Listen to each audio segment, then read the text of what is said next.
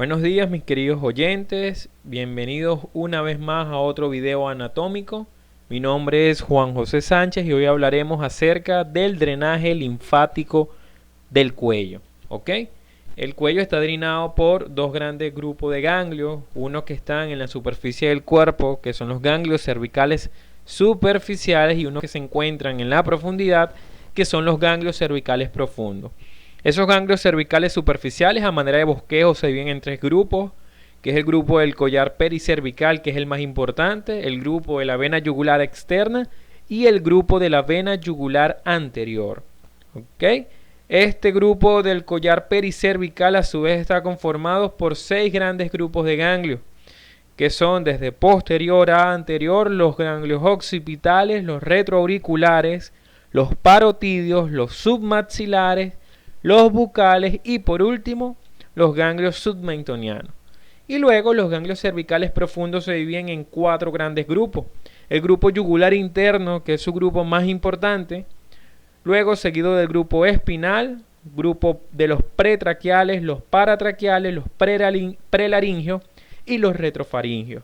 Entonces, estos ganglios linfáticos no los confundas con ganglios del sistema nervioso simpático, que son cosas totalmente distintas. Este sistema linfático es un sistema de unos vasos muy parecido a los vasos sanguíneos, son vasos que llevan linfa. Entonces, el drenaje linfático del cuello es de superficial hasta profundo.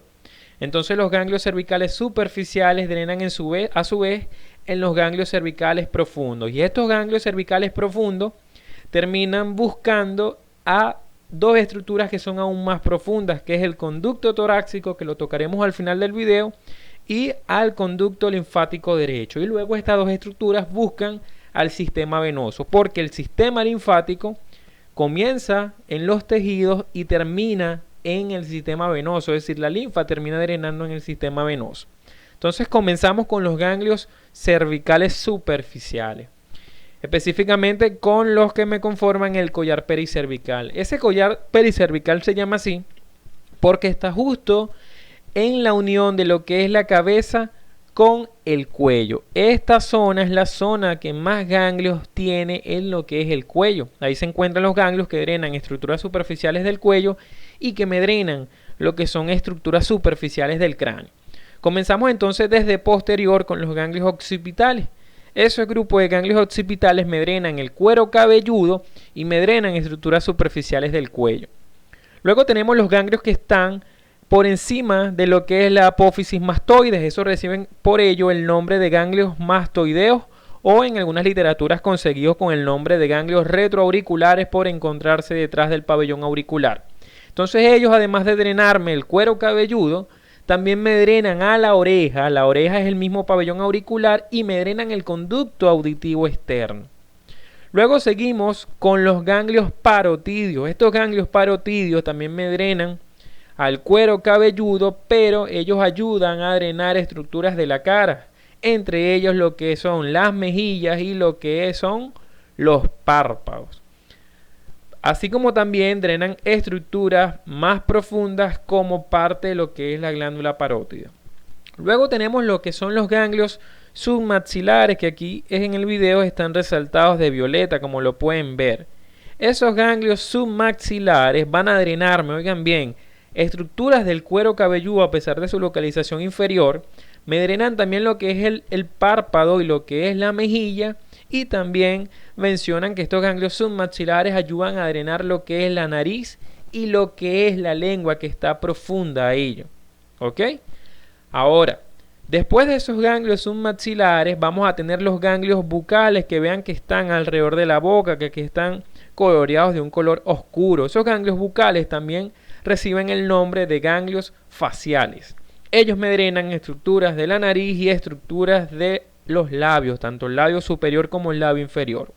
Y por último tenemos a los ganglios submentonianos. Estos ganglios submentonianos ayudan a drenarme la lengua y ayudan a drenarme lo que es el labio inferior. De manera que todo este grupo de ganglios es lo que denominamos collar pericervical, lo más importante de los ganglios superficiales. Después de ellos, el segundo grupo del que les hablé al principio era el grupo de la vena yugular externa. Fíjense ustedes aquí como vemos a la vena yugular externa superficial al esternocleidomastoideo, y hay un grupo de ganglios que la acompañan. Esos son los ganglios yugulares externos, que son los más superficiales de todos. Vean aquí cómo se ve el inicio de la yugular externa en su unión de la vena auricular posterior y la retromandibular, y vean ese ganglio que se ve allí. Ese es un ganglio del grupo yugular externo. Obviamente aquí seccionaron al esternocleido y seccionaron a la yugular externa y no se ve el otro grupo de ganglios yugular externos, pero este marca el inicio, este ganglio que ustedes ven aquí. Y por último, el grupo yugular anterior, que está a lo largo de todo lo que es la vena yugular anterior. Entonces vean algo muy característico del sistema linfático, es que él va persiguiendo a las venas. Vean que todos los ganglios están buscando a las venas, porque ya saben que el destino final del sistema linfático es el sistema venoso. Ahora vamos a pasar entonces a los ganglios cervicales profundos, que les dije que estaban compuestos por 4 grupos. El más importante de ellos es el grupo de ganglios que está a lo largo de la vena yugular interna. Es profundo porque estos son ganglios que se encuentran posterior al esternocleidomastoideo, o sea, profundamente al esternocleidomastoideo. Este grupo de ganglios yugular interno tiene 2 ganglios que destacan. Uno superior, que es el ganglio yugulo-digástrico, que se llama así porque está entre lo que es el músculo digástrico posterior y la vena yugular interna. Por eso recibe el nombre de ganglio yugulo-digástrico. Muy importante porque en muchas patologías infecciosas, más que todo patologías neoplásicas, algún tipo de tumoración que hagan metástasis por vía linfática, utiliza este ganglio, ¿sí? Porque él drena muchas estructuras del cuello. Y luego tenemos el ganglio yugulo-omoioideo, llamado así por estar entre el músculo omoioideo y el músculo y la vena, yugular interna. Entonces estos 2 ganglios son los más prominentes de todo lo que es el grupo yugular interno. Recuerden que los ganglios cervicales profundos reciben a los ganglios cervicales superficiales. Entonces ellos, vean cómo tienen red que los conectan, que son vasos linfáticos, a los ganglios.